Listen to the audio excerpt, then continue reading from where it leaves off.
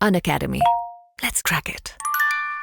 I am Asad Zubairi, and I have secured, luckily, All India rank 86 in UPSC Civil Service Examination 2022, and I have opted for Indian Foreign Service this year. And I'm here to share some of my insights on what I did right and what I did wrong during my UPSC preparation. And this is not going to be only about UPSC. It's going to be about the life around UPSC in general. So as you can see, there are three officers on board today with us: ACP Pradyuman, Inspector Abhijit, and Inspector Daya. So all the CID grew because I am a very big fan of CID. I hope आप लोग भी CID पसंद करते होगे. तो अभी आज हम CID की मदद से ये देखेंगे कि मैंने अपनी जर्नी में ऐसा क्या गलत किया था जिसकी वजह से मैं क्वालिफाई नहीं कर पाया. मुझे 4 साल और 3 अटेम्प्ट लग गए क्वालिफाई करने में. एंड आप लोग क्या अच्छा कर सकते हैं सो दैट आपको इतना टाइम नहीं लगे एंड होपफुली आपकी जर्नी इससे आसान हो जाएगी. Okay, so this is the agenda. As you can see, the caricature of ACP Pradyuman Singh, कुछ तो गड़बड़ है. तो कुछ तो गड़बड़ थी मेरे पिछले अटेम्प्ट्स में, because of which I could not qualify for 2 years. So आज हमारा ये जो एजेंडा होने वाला है is going to be about. So it's going to be about, मैं बात करूंगा कि me in a nutshell, I'll introduce myself. My journey, it's like a game of snakes and ladders. जैसे हम सांप सीढ़ी का खेल खेलते हैं, वैसा ही जर्नी था मेरा. मैं 2 अटेम्प्ट्स में क्यों फेल हुआ, ठीक है. फाइनली दया ने दरवाजा कैसे तोड़ा, that means how did I finally get through and what is the story of my successful attempt, that is 2022. And some other things that I want to talk about today will be discussed towards the end of this class. Okay, so this is the plan of today. और आप free हैं questions पूछने के लिए. I am reading your chat continuously and I also have एक different session करेंगे ask me anything का इस क्लास के लास्ट में. हाय आयुष. सो मी इन नटसेल, मैंने आपको बताया कि मेरा नाम असद है और मैं यूपी के अलीगढ़ का रहने वाला हूँ. I am from Aligarh and I am a mechanical engineer from NIT Allahabad. I have graduated in 2019 and since then I've been preparing for UPSC exam. मैंने 3 अटेम्प्ट दिए हैं, 2020, 2021 एंड 2022 का. ओके, तो 2020 और 2021 में 2020 में मैंने प्रीलिम्स ही क्लियर नहीं किया था. मेरा स्कोर अराउंड 60 मार्क्स था. 2021 में I clear prelims and mains but interview से बाहर आ गया था. एंड 2022 में मैंने फाइनल एग्जाम क्लियर किया. सो मेरी जर्नी इन अ नटसेल आप देखेंगे. जैसे वी प्ले सांप सीढ़ी का खेल खेलते हैं. सो जहां पे मेरा अभी वो आ रहा है, जब where you can see my face, exactly here you can see that I have that's my caricature there. और मैं प्रीलिम्स से क्वालिफाई नहीं कर पाया and I was out from the prelims. क्यों हुआ था, कैसे हुआ था, with the help of CID हम लोग वो बहुत जल्दी जानने वाले हैं. Then this was my second attempt in which you can see the picture. This is from 2021 जब मैं UPSC में इंटरव्यू देने के लिए गया था. मैं as you can see 98 तक पहुंचा, लेकिन वहां पे after clearing my mains मुझे सांप ने काट लिया and I came back to 55. That means I was carrying my learnings from the previous attempts. Next, this was this year story that I finally was able to finish in style. That is, I finally got through and luckily I got rank 86 this year. Okay, so this was just a brief of how things went with me. And अभी finally I think you guys can hear this picture. इस picture को आप सुन सकते हैं when ACP says कि पता लगाओ कि ऐसा क्यों हुआ था. तो हम पता लगाने वाले हैं कि ऐसा क्यों हुआ था. और आप जब फाइनली मेरे साथ पता लगाएंगे कि ऐसा क्यों हुआ, कि मैं फेल क्यों हुआ था अपने 2021 अटेम्प्ट में, तो वो चीजें आप नहीं करेंगे. फिर वही एजेंडा है इस क्लास का कि मैंने क्या चीजें गलत करी और आप क्या चीजें गलत नहीं करेंगे, सो दैट आप एक अटेम्प्ट में या फिर जल्दी से जल्दी इस एग्जाम को क्वालिफाई कर पाए. आपका नेक्स्ट अटेम्प्ट जो भी होगा वो आप सीरियसली देंगे एंड आप अगर वो गलतियां नहीं करेंगे जो मैंने करी थी, you will be able to qualify it. I really hope. तो आपको इस सेशन से वो सीखने को मिलेगा कि मैंने क्या गलती करी जो आप नहीं करेंगे. Very first thing, focus and repeat the basic sources. मुझे पता है कि सब लोग ये बहुत बोलते हैं कि बेसिक सोर्स पढ़ना चाहिए एंड बहुत सारे सोर्सेज की तरफ नहीं भागना चाहिए, ये सब लोग बोलते हैं. बट मेरे साथ क्या हुआ था in my very first attempt, मैंने बेसिक सोर्सेज पढ़े थे बट बिकॉज मेरे पास एक अच्छा प्रॉपर गाइडेंस नहीं था, तो I was running around a lot of sources. For example, अगर पॉलिटी में किसी ने बोला कि लक्ष्मीकांत पढ़ो, किसी और ने बोला कि डीडी वासु भी पढ़ना है, किसी और ने बोला कि किसी कोचिंग का मटेरियल पढ़ना है, तो somewhere on or the other I was trying to cover everything, because of which मैं रिवीजन नहीं कर पाया था ठीक से, बिकॉज ऑफ विच मैं क्वेश्चंस ही सॉल्व कर पाया था बहुत सारे, because of which I could not score well in prelims. So this is the first learning that I am carrying from prelims of 2020 कि पहली लर्निंग क्या थी जो एसीपी प्रद्युमन को पता लगी कि आपको बेसिक सोर्सेज को फोकस करना है, उन्हीं को रिपीट करना है, उन्हीं को रिवाइज करना है as many times as you can. That means अगर आप मल्टीपल सोर्सेज की तरफ जाएंगे, if you are trying to cover multiple sources, you will not be able to revise the basic sources well, you will not be able to solve the questions. Second one, identify the low hanging fruits in prelims. So low hanging fruits क्या होते हैं? So when we are talking about prelims, तो मुझे पता, हम आपको पता होगा prelims एक अलग अलग parts में divided है, जैसे कि Indian polity, Indian economy, geography, science and technology, art and culture, maps, etc. अब ये इतने सारे टॉपिक्स होते हैं, environmental ecology also, ये इतने सारे टॉपिक्स होते हैं कि आपको नहीं पता होता कि कौन से क्वेश्चंस इसमें ऐसे होंगे जो आप कर पाएंगे, कौन से क्वेश्चंस नहीं कर पाएंगे. बट इन टॉपिक्स में कुछ टॉपिक्स ऐसे हैं विच इफ यू एक्चुअली आप उसको देखोगे तो वो काफी इजी क्वेश्चंस पूछता है उस टॉपिक से. फॉर एग्जांपल, इनको मैं लो हैंगिंग फ्रूट्स बोल रहा हूँ. For example, Indian polity, I list down the low hanging fruits for you. The first one is Indian polity. अब इंडियन पॉलिटी के आप क्वेश्चन देखेंगे तो इंडियन पॉलिटी के क्वेश्चंस में most of the questions are going to be about basic concepts like liberty, like justice, like equality. Some of the questions are about basic amendments of the Constitution of India, basic aspects of Indian Constitution. ठीक है, basic government के questions होते हैं, कुछ questions tough भी होते हैं, but I feel like 90% of the question that are asked from Indian polity are easy. तो इसका मतलब इंडियन पॉलिटी जो है वो आपका एक लो हैंगिंग फ्रूट है, and I feel like you out of everyone should be able to solve each and every question with high amount of accuracy. तो अगर आप इंडियन पॉलिटी में अच्छे accuracy लेकर आएंगे, that means you are plucking one of the low hanging fruits. The second low hanging fruit in my view is Indian geography. तो जितने भी क्वेश्चंस आपके इंडियन ज्योग्राफी से पूछे जाते हैं, यू विल फाइंड कि वो क्वेश्चन ज्यादातर हमारे जो है वो फिजिकल ज्योग्राफी से पूछे गए हैं. फॉर एग्जांपल, वो आपसे साइक्लोन के बारे में पूछेंगे, वो आपसे साइक्लोन के बारे में पूछ सकते हैं, रिवर रिजीम्स के बारे में पूछ सकते हैं. ठीक है, they can ask about rock formation, they can ask about land forms etcetera. तो अब ये क्वेश्चंस आपके डायरेक्टली एनसीईआरटी से उठाकर वो पूछ रहे हैं. They are asking directly from NCERT. That means it's going to be extremely helpful to you in sense कि उन questions को अगर आप गलत नहीं करते हैं, that means you are getting an edge. और believe me, बहुत सारे serious aspirants ये low hanging fruits को identify करके उनको अपना strength बना के ये exam निकाल रहे हैं. So अगर आप polity for example गलत नहीं कर रहे हैं, आप Indian economy गलत नहीं कर रहे हैं, आप इंडियन ज्योग्राफी गलत नहीं कर रहे. सो मैंने इंडियन पहले पॉलिटी की बात करी, मैंने ज्योग्राफी की बात करी. Now I will talk about Indian economy. So Indian economy में आप अपने कॉन्सेप्ट देखिए, बहुत बेसिक कॉन्सेप्ट से क्वेश्चन आ रहे हैं, जैसे supply, money supply, high powered money, low powered money, repo rate, reverse repo rate etcetera. So अगर इन लो हैंगिंग फ्रूट से, मतलब इन इजी पार्ट से क्वेश्चंस आते हैं, आपको वो क्वेश्चंस को टारगेट करना है, वो क्वेश्चंस गलत नहीं करने. बिकॉज अगर आप वो क्वेश्चन गलत कर रहे हैं, then you are following behind, you are actually running behind the crowd जो वो क्वेश्चन सही कर पा रहा है. सो दैट मीन्स प्रीलिम्स क्योंकि बहुत तेजी से अनसर्टेन होता जा रहा है, but what we can do at this point of time is that we can identify some low hanging fruits. मैंने लिस्ट डाउन करा है, जैसे Indian polity and constitution, the first one.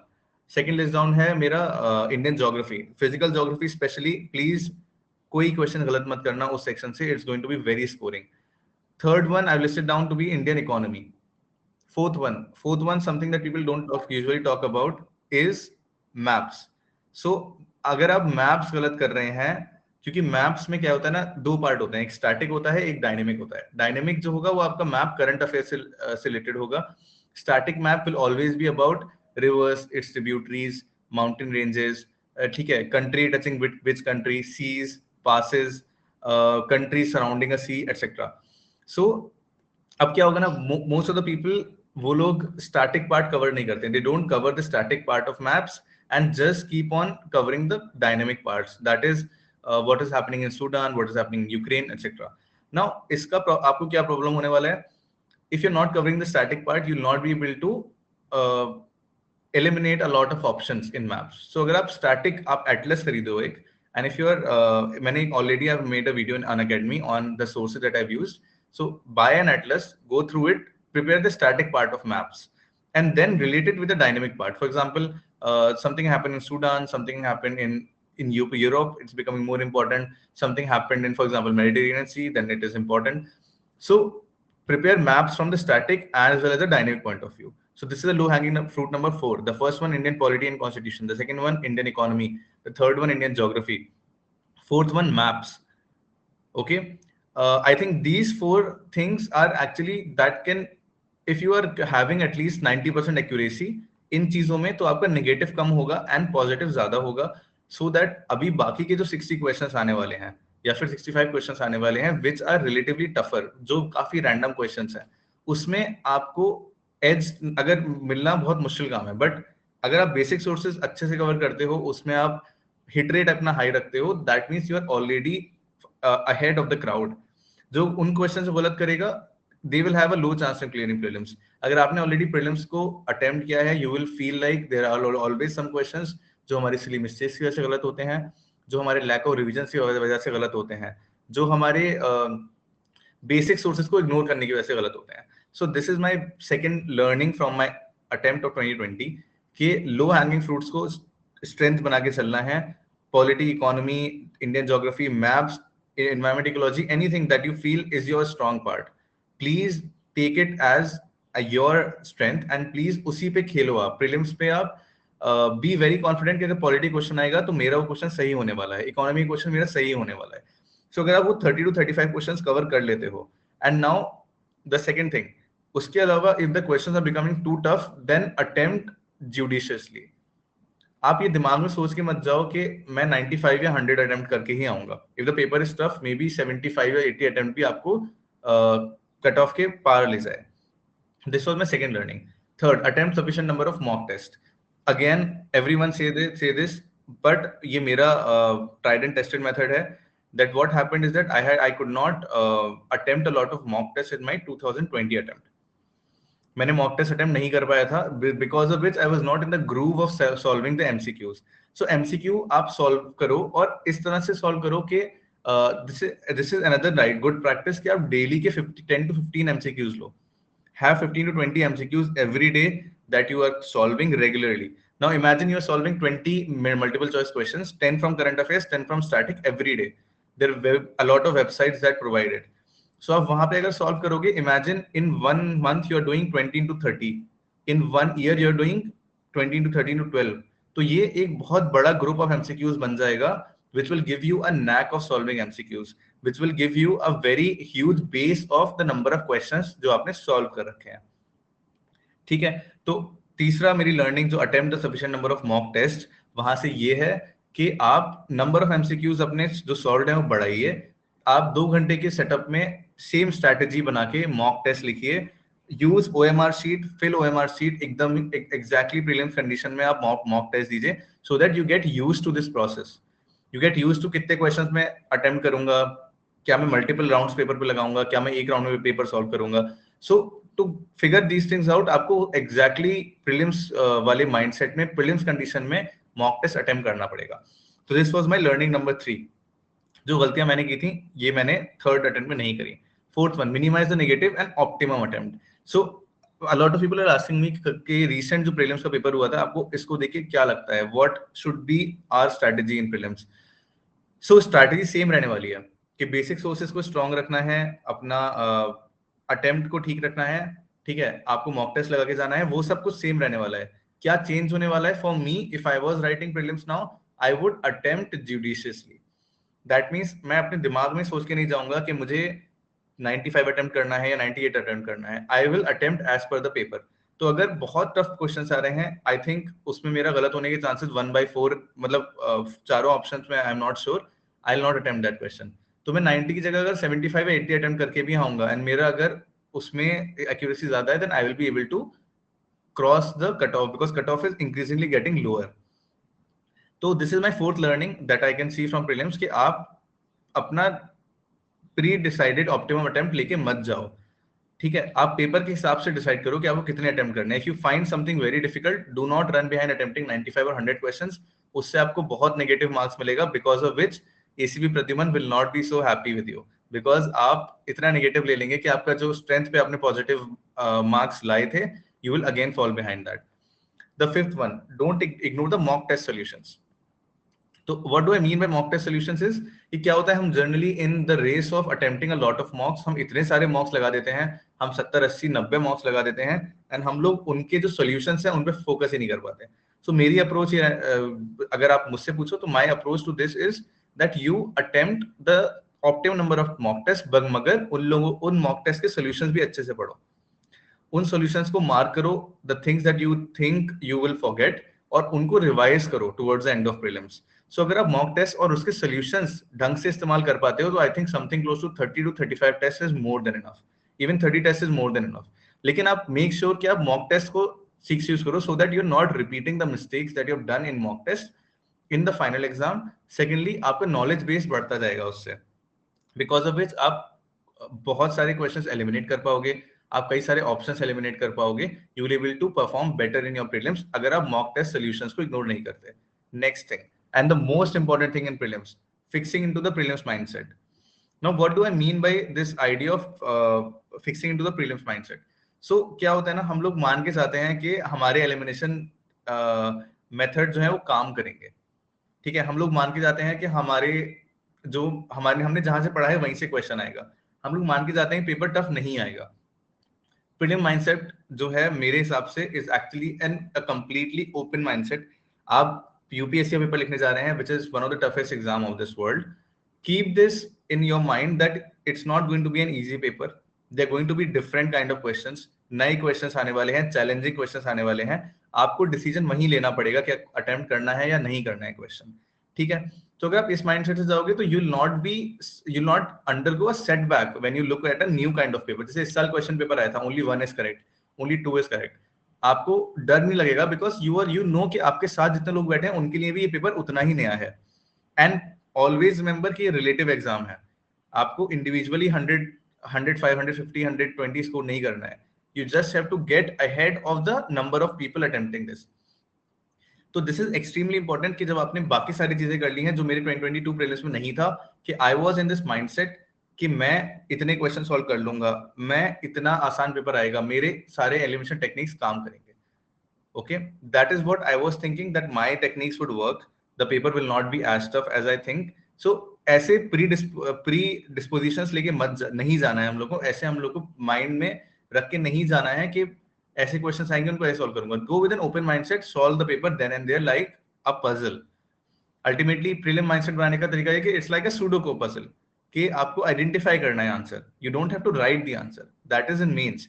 आपको आइडेंटिफाई करना है, so don't be that anxious, give it with a free mind. आप उस mindset से जाओ कि आज कुछ भी आएगा मुझे सॉल्व करना ही करना है. सो फाइनली जो रियल मुजरिम हमारे सीआईडी ने पकड़ा है इसमें, वो है सीसैट. तो सीसैट एक असली मुजरिम है प्रीलिम्स का, जो मुझे 2 साल तक नहीं परेशान किया था, बट मुझे 2022 में काफी परेशान किया. I ended up scoring something like 80 marks only. Though I have an engineering background, a strong background in mathematics, but still मैं बहुत स्ट्रगल किया उससे 2022 में. तो आपको इस मुजरिम को पकड़ के रखना है, आपको सीसैट को साथ लेके चलना है. सीसैट के अलग अलग सेक्शंस हैं, जैसे रीडिंग कॉम्प्रिहेंशन है, ठीक है, लॉजिक के क्वेश्चंस आते हैं, मैथ्स के क्वेश्चंस आते हैं, असर्शन रीजन क्वेश्चंस आते हैं. तो आपको इन सारे टॉपिक्स को अलग से इनकी थ्योरी पढ़ना है, इनके फॉर्मूला पढ़ना है, अपनी फॉर्मूला शीट्स बनाना है और प्रैक्टिस करना है. एटलीस्ट पीवाईक्यू तो सॉल्व करना ही करना है. सो समटाइम्स मेरा अप्रोच ये रहता था कि मैं मैथ सिर्फ सॉल्व करता था, मैं आरसीज या फिर रीडिंग कॉम्प्रिहेंशन नहीं सॉल्व करता था. एंड ये मुझे 2022 में ऑलमोस्ट लिस्ट से बाहर फेंकने वाला था. ठीक है, so this is one thing that you have to identify कि जो असली मुजरिम है वो सीसैट है. आपको सीसैट को अच्छे से प्रिपेयर करना है, अलग अलग पार्ट्स को उतना ही रिस्पेक्ट देना है. एग्जाम में रीडिंग कॉम्प्रिहेंशन को उतना टाइम देना है जितना इट रिक्वायर्स, मैथ को उतना टाइम देना है, लॉजिक को उतना टाइम देना है. All I mean to say is do not ignore CSAT, not even each part of CSAT. अब GS1 में हम जाते हैं तो सब पढ़ के जाते हैं ना, ज्योग्राफी पढ़ी, इकोनॉमी पढ़ी, पॉलिटी पढ़ी, मैप पढ़ा, एक्सेट्रा. CSAT में भी सब पढ़ के जाओ, रीडिंग कॉम्प्रिहेंशन पढ़ो, मैथ्स पढ़ो, लॉजिक पढ़ो, एंड सबको इक्वल रिस्पेक्ट देके इक्वल अमाउंट ऑफ टाइम दो while solving the CSAT. So कुछ तो पता लगाओ Daya, as the famous saying of ACP Pradyuman, हमें पता लगा कि ये कुछ पॉइंट्स हैं that help me clear successive prelims. मुझे लगता है कि prelims is not so much about knowing a lot of things, now it is more about कि आप किस माइंडसेट से वो पेपर लिखने जाते हैं आप. ठीक है, सो ये एक चीज थी जो मुझे हेल्प करी थी. So this is a learning from my prelims to 2020 attempt. Moving ahead, तो as you can see inspector Abhijeet का मैंने इसमें स्लाइड लगाया बिकॉज दिस इज एग्जैक्टली जो मेरी हालत थी व्हेन मेरा 2021 का फाइनल रिजल्ट आया था. मुझे समझ ही नहीं आया था कि मैं कहाँ गलत हूँ. ठीक है, मुझे नहीं पता था मैंने क्या गलत किया, because of which I was not able to solve the get into the final list. So this happened with me कि learning क्या थी मेरी 2021 मेंस वाले अटेम्प्ट से.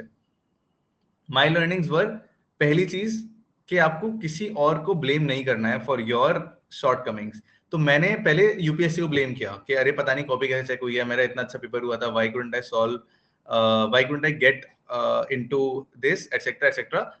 एंड उसमें मैंने अपनी जो कमियां थी, मेरे जो मेंस में मेरे राइटिंग में प्रॉब्लम थी, वो आइडेंटिफाई नहीं कर पाया था. So what I did is, you compare your copies with the topper's copy and understand what is something that they are doing right and you are not. वो कुछ चीजें अच्छी कर रहे हैं, आप कुछ चीजें अच्छी नहीं कर रहे हैं, because of which they are getting a lot of marks and you are not. So this is one thing that I want to tell you, that please identify those things. Do not start blaming the system for not checking your copies right, for not setting up the paper as you wanted. But अपना एक बार हमें देखना है कि हमारा writing में क्या problem थी. So मैंने क्या आइडेंटिफाई किया, पहली चीज, आप जब मेंस लिखने जा रहे हैं please be very very thorough with your mains notes. आपके पास मेंस के टॉपिक्स जो हैं, जैसे इंटरनल सिक्योरिटी है, जैसे आर्ट एंड कल्चर कुछ सेक्शन है, सोशल जस्टिस है, ठीक है, एग्रीकल्चर है, इंटरनल सिक्योरिटी मैंने ऑलरेडी बोला, GS4 एथिक्स है. सो इन चीजों के जो आपके मेंस के नोट्स होने वाले हैं, they should be very well prepared well before you are going for prelims. इससे आपको क्या फायदा होगा कि that finally you are out of prelims, आप उन मेंस नोट्स को, आपके क्रिस्प नोट्स होंगे, you will be able to revise it and then you will be able to give a lot of mock test. मेरे साथ क्या हुआ 2021 attempt में, मेरे notes were not so prepared so well. Okay, मेरे notes जो थे वो प्रिपेयर्ड नहीं थे, बिकॉज ऑफ विच मैं उन नोट्स को स्टडी करके, मतलब मेरे नोट्स प्रिपेयर नहीं थे, तो मेरा इतना सारा टाइम सिर्फ नोट्स बनाने में चला गया that I was not able to firstly attempt the right number of mock test. Secondly मैं उन नोट्स को याद भी नहीं कर पाया था, because I was just writing this. So आप ये प्लीज बी वेरी श्योर कि प्रीलिम्स और मेंस को एक होलिस्टिक स्टेज की तरह देखें. ठीक है, don't see it as two separate stages.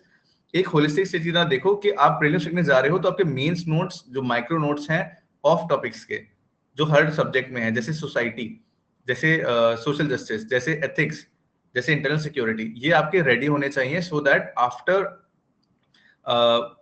Prelims you can revise them and attempt the number of mock test. First learning. Second learning, optional is a direct flight to desired service. So ये एक चीज है जो सारे ही लोग बोलेंगे कि अगर आपके ऑप्शनल अच्छा है, if you are scoring well in your optional, that means तभी आपको अच्छा रैंक आ पाएगा and only then you will be able to get a desired service by getting a good rank. ये पॉइंट डालने का मतलब क्या था, जब मेरा 2021 अटेम्प्ट था, सो मैंने ये बहुत बड़ी गलती करी थी कि मेरे ऑप्शनल में नोट्स तो रेडी थे, बट मैंने उनको इतने अच्छे से याद नहीं किया था, मैंने उनको इतने अच्छे समझा नहीं था, मैंने मॉक टेस्ट अटेम्प्ट नहीं करे थे. Though I ended up scoring 276 in anthropology in 2021 also, but because मैंने इतना टाइम एंथ्रो को दे दिया था कि मैं जीएस के नोट्स या जीएस की तैयारी कर ही नहीं पाया था बिटवीन प्रीलिम्स एंड मेंस. ठीक है, so second thing that you have to be very careful about कि आप ऑप्शनल अच्छे तैयार करो. आप जब प्रीलिम्स लिखने जा रहे हो तो आपका मेंस के ऑप्शनल के नोट्स रेडी होने चाहिए एंड ये जरूरी होना चाहिए कि आपने वो ऑलरेडी रिवाइज करा हो to the sufficient number of times and you attempted at least 1 or 2 mock test or at least PYQs आपने solve करे हो ऑप्शनल के. ठीक है, third learning from my 2021 attempt क्या हुआ था कि मैं टेस्ट लिख रहा था, बट मैं दिन में एक टेस्ट लिख रहा था. ठीक है, सो जब मैं एक दिन में एक टेस्ट लिखता हूं तो क्या होता है उससे कि मेरे I get accustomed to writing only one test in a day. But mains में क्या होने वाला है, फ्राइडे को एक पेपर होगा ऐसे का, सैटरडे को 2 पेपर होंगे, संडे को 2 पेपर होंगे. अब जब संडे के 2 पेपर देने तक आते हो ना, योर हैंड्स आर पेनिंग. ठीक है, कुछ लोगों के हाथ में से even I have seen people जिनके हाथ में ब्लिस्टर्स हो गए थे, मेरे हाथ में ब्लिस्टर्स हुए थे. ठीक है, it starts paining so much, you get so much fatigue in your head कि आप पेपर लिख ही नहीं पाते. For example this happened with me last year in ethics, कि एथिक्स में जब मैं पेपर अटेम्प्ट कर रहा था, तो आई वाज सो टायर्ड कि मेरे दिमाग में आंसर्स थे अच्छे, but I was not able to report it in the exam. So please practice at least 2 test in 1 day. दिन की 6 घंटे की राइटिंग की आप प्रैक्टिस करके जाओ, ठीक है. और एक मॉक मेंस लिख के जाओ, मतलब फ्राइडे को एक पेपर, सैटरडे को 2 पेपर, संडे को 2 पेपर. अगर आप ये करके जाओगे मेंस में, only then your hands are accustomed to writing so much. 6 hours लिखना, your brain is accustomed to think so much in a day. एक दिन में इतना सोचना, एक दिन में इतने मॉक टेस्ट लिखना आप तभी कर पाओगे मेंस में जब आपने वो ऑलरेडी घर पे करा हो. The more you sweat at home, the less you bleed in war, ठीक है. तो एटलीस्ट 2 टेस्ट एक दिन प्रैक्टिस करना, जो मैंने 2021 में नहीं किया था, and I struggled with completing the papers. Next one, write a good number of test. So mains में इंफॉर्मेशन तो आप ले लोगे स्टैटिक नोट से, करंट अफेयर से, बट आप कितने उस इंफॉर्मेशन को इंप्लीमेंट कर पा रहे हो, that is something that is going to decide your performance in mains. अगर आपने इतना सारा पढ़ रखा है, ठीक है, बट आप उसको अपने एग्जाम में नहीं बता पा रहे, I'll take your questions in a while. Please be a little patient. I'll take the questions towards the end. तो अगर आप उनको नहीं अटेम्प्ट कर पा रहे हैं एग्जाम में बिकॉज आपने नंबर ऑफ टेस्ट नहीं लिखे हैं, तो आप मेंस में अच्छा नहीं कर पाएंगे. So what I did in 2022, I have written around 14 tests of general studies, 8 tests of anthropology, 8 tests of essay. मैंने around 30 tests लिखे थे, because of which I was able to complete the paper. I was able to write the amount of content that I wanted to write. So ये मेरा 4th learning थी 2021 attempt से, जो inspector Abhijit अभी ऐसे सोच के पता लगा रहे हैं, ऐसी मैंने पता लगाया था. And my learnings are right in front of you, कि मैंने, you have to write the good number of mock test, ठीक है.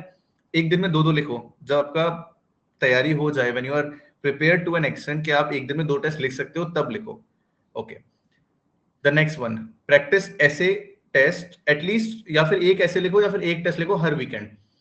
मेरे 2021 वाले अटेम्प्ट में ऐसे में कितना मार्क्स था? 117. 2022 में 130 हो गया, which is actually one of the good scores this year. Last year I was below average. Difference क्या था? मैंने लास्ट ईयर उतने ऐसे प्रैक्टिस नहीं करे थे, इस साल मैंने एटलीस्ट 8 टेस्ट प्रैक्टिस करे हैं, प्लस एटलीस्ट 30-40 ऐसे का ब्रेनस्टॉर्मिंग किया है. तो ऐसे एक ऐसा पेपर है जो इतना निग्लेक्टेड है. However, it's one of the most scoring paper, and also it can actually act as a मुजरिम. जैसे सीआईडी में हम लोग हमेशा मुजरिम को पकड़ते हैं, मैंने मुजरिम पकड़े हैं 2 यहाँ पे, ऐसे और एथिक्स. दैट मीन्स अगर आप ऐसे और एथिक्स को इग्नोर करोगे, they are going to bite you back, ठीक है. तो आप ऐसे और एथिक्स को प्लीज इग्नोर मत करो. ऐसे में मैं ऑलरेडी बता रहा हूँ, आपके पास कंटेंट है, but you have to write at least 1 essay every weekend between prelims and mains. या उसके अलावा भी अगर आप नॉर्मल प्रिपरेशन कर रहे हो, एक ऐसे आप 1.5 घंटे में लिखने की आदत डालो in 1 day. It's not easy to write around 1200 word essays in 3 hours. 2 ऐसे लिखना आसान काम नहीं है. It's also a tough paper, so give it its due respect. Is equal to किसी एक GS पेपर है, एक ऑप्शनल पेपर के मार्क्स. तो जितना एफर्ट आप उन पेपर्स में डालते हो, please put in the same amount of effort in essay. Essay writing is an art which comes only when you keep practicing writing essays. तो आप प्लीज एक टेस्ट लिखिए, या फिर एटलीस्ट एक ऐसे लिखिए every weekend in the required amount of time, so that you are able to replicate it ultimately in the exam as well. Finally, again, as मैंने एक चीज डिफाइन की थी, the prelims mindset, I am defining another term called the mains mindset. So आप mains mindset में आओ. What is the mains mindset? पहली चीज क्या होती है उसमें, कि आपको perseverance और fatigue, perseverance बहुत ज्यादा होने वाला है, fatigue बहुत ज्यादा होने वाला है, इस चीज को मान के चलो. कभी कभी क्या होता है, हम मेंस लिख रहे होते हैं, and then our brain gives up, and we start thinking कि मैं ये क्यों लिख रहा हूँ, because there is a lot of pain in your hand, ठीक है. Your brain does not want to write. It's not a very good experience to write mains. It's a very draining experience. As one of the toppers has said, it ages you. Mains लिखने से आप as हो जाते हैं. तो आप mains mindset में आने के लिए आपको मॉक मेंस लिखने पड़ेंगे, that you have to write 5 papers in 3 days. तो उस माइंडसेट में आना बहुत जरूरी है. पढ़ना जरूरी है, बट देन प्रीलिम्स के माइंडसेट में आना, मेंस के माइंडसेट में आना भी जरूरी है. मेंस के mindset would call for a lot of perseverance, बहुत सारा पेशेंस, बहुत सारी प्रैक्टिस, पेन को सहने की एक व्हाट आई से ताकत भी जरूरी है मेंस लिखने के लिए. इट्स नॉट ओनली दैट कि आप पढ़ के आ रहे हैं, बट इट्स ऑल्सो अबाउट कि आप फाइनली एग्जाम में मेंस में लिख पा रहे हैं या नहीं लिख पा रहे, because it's a test of your patience, perseverance, your grit, and your commitment towards this process. Ultimately, as I already said कि ऐसे और ethics 2 ऐसे मुजरिम थे जिन्होंने मुझे आई थिंक लिस्ट से बाहर किया था लास्ट ईयर।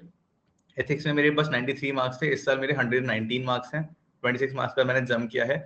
सो आप प्लीज इन 2 पेपर को उनकी रिस्पेक्ट दीजिए। ये 250 मार्क्स के ईच पेपर हैं। That means these paper also call for the equal amount of effort as others papers do। ठीक है, तो आप इसको प्लीज उतना ही रिस्पेक्ट दो जितना आप बाकी पेपर्स को दे रहे हो। उसके लिए मैंने आपको बताया, ऐसे के लिए आपको अपना बेसिक स्ट्रक्चर पता होना चाहिए एंड आपको प्रैक्टिस करना है रेगुलरली। सो फाइनली जब मेरे Ranjeet, I am going to take your questions very soon.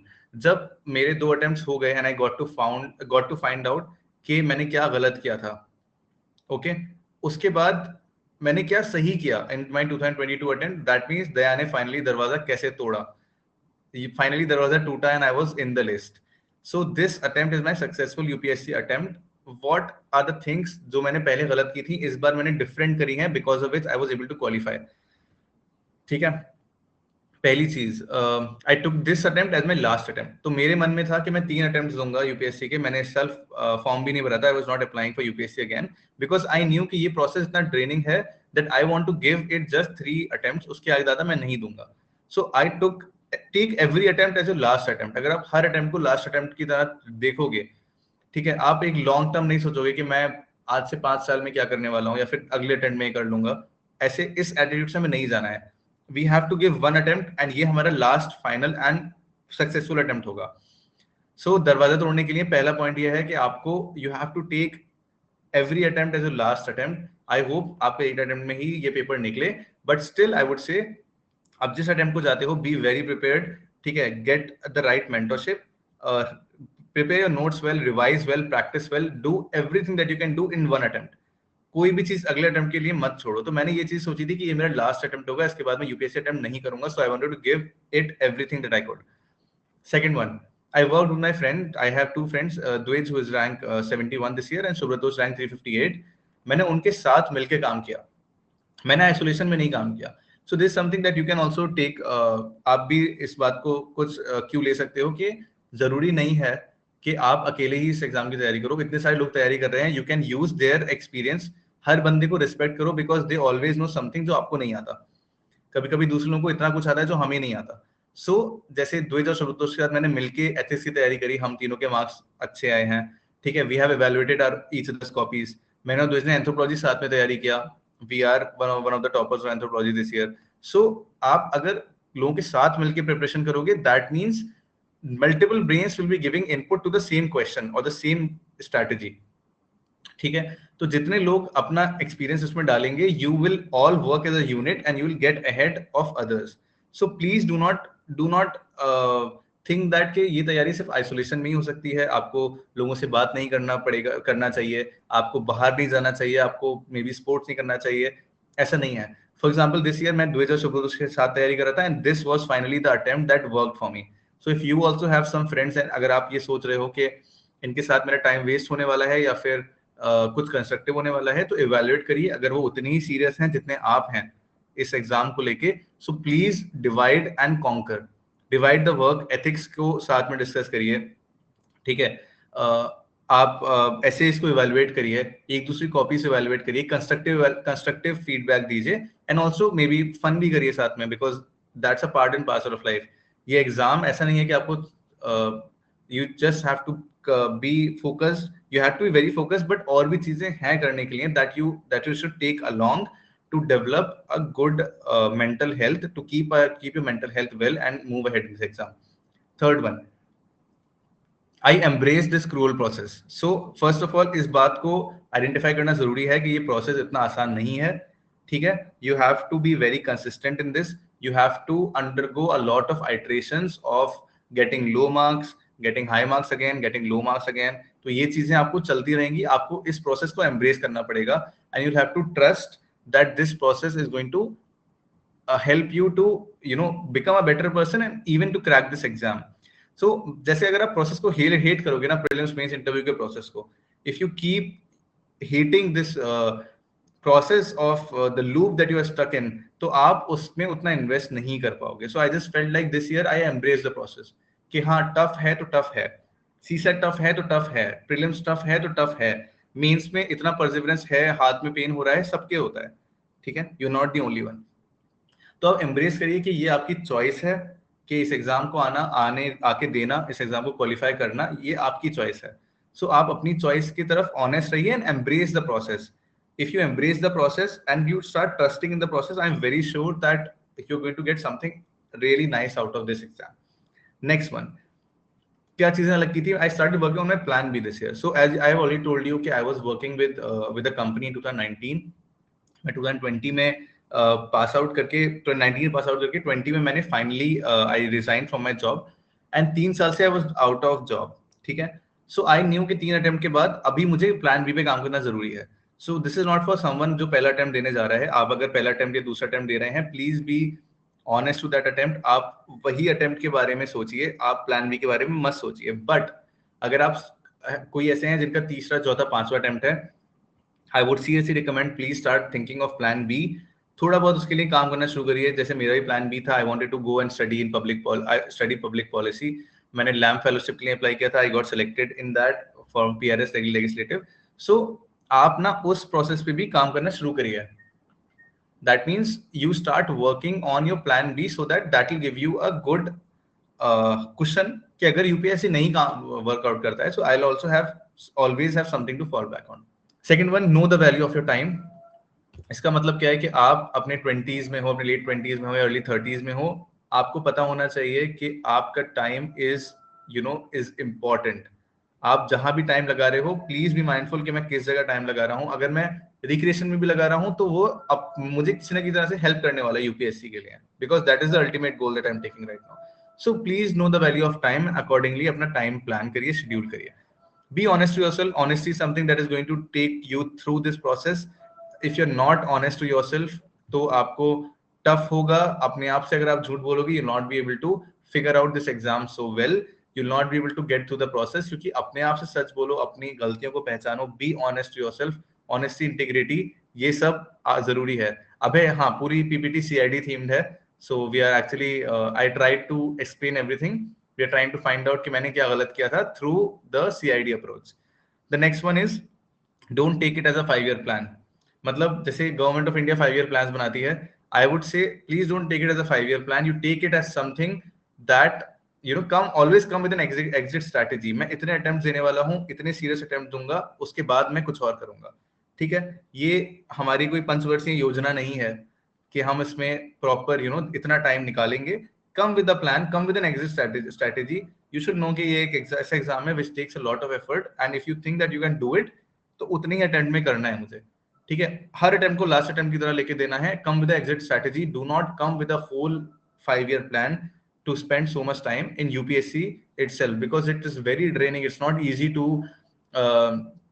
go through this process over and over again.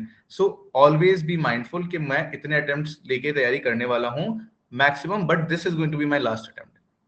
So come with the exit strategy। ये process एक अब ऐसा process है कि जिसमें 10 लाख लोग बैठ रहे हैं and only a handful are getting through. So to get into that handful amount, you have to give your everything while taking care of all the spheres of your life, but take every attempt as your last attempt. So this was some Dr. Saluki type ज्ञान that I give. As you can see कि कभी-कभी doctor सालुके अपने specimen को test करके बताते थे कि इसमें कौन से केमिकल्स हैं, which was मेरे लिए तो बहुत फनी था वो। आई होप आपके लिए भी उतना फनी रहा होगा। But for me, this testing or this the tasting the UPSC years happened for the last 3 years, and this is some ज्ञान that I could list down for you. Okay. Moving ahead, this is the last thing that I've already talked about in every class that I take, कि ये process एक prelims, mains और personality test के हमारे pillars हैं जिसे हमें cross करना है। We have to take it as a holistic approach. We have to take it with a holistic approach. हम एक जगह एफर्ट लगा के सिर्फ प्रीलिम्स क्वालिफाई कर लेंगे, nothing is going to happen. हम प्रीलिम्स मेंस को देख के सिर्फ क्वालिफाई कर लेंगे, we have not worked on a personality. We are someone जो हम बात नहीं कर पा रहे हैं, हमने अपनी हॉबीज छोड़ दी हैं, ठीक है, हमने अपने फ्रेंड से बात करना छोड़ दिया है, फिर स्टॉप गोइंग आउट, तो हम पर्सनैलिटी टेस्ट में भी उतना अच्छा नहीं कर पाएंगे। बिकॉज वहां बैठ के आपको अपनी नॉलेज जो आपने गेन करी है, आपकी पर्सनैलिटी को दिखाना है लोगों को। You have to talk up to 5 learned people there, ठीक है। तो उसके लिए you can not ignore the other spheres and aspect of your life and just go through it. So मेरे हिसाब से अगर एफर्ट और प्रीलिम्स का एक ग्राफ स्टेजेस का एक ग्राफ बनाया जाए, So it's going to look something like this कि आप एक throw करते हो in which you have to cross all the 3 stages holistically.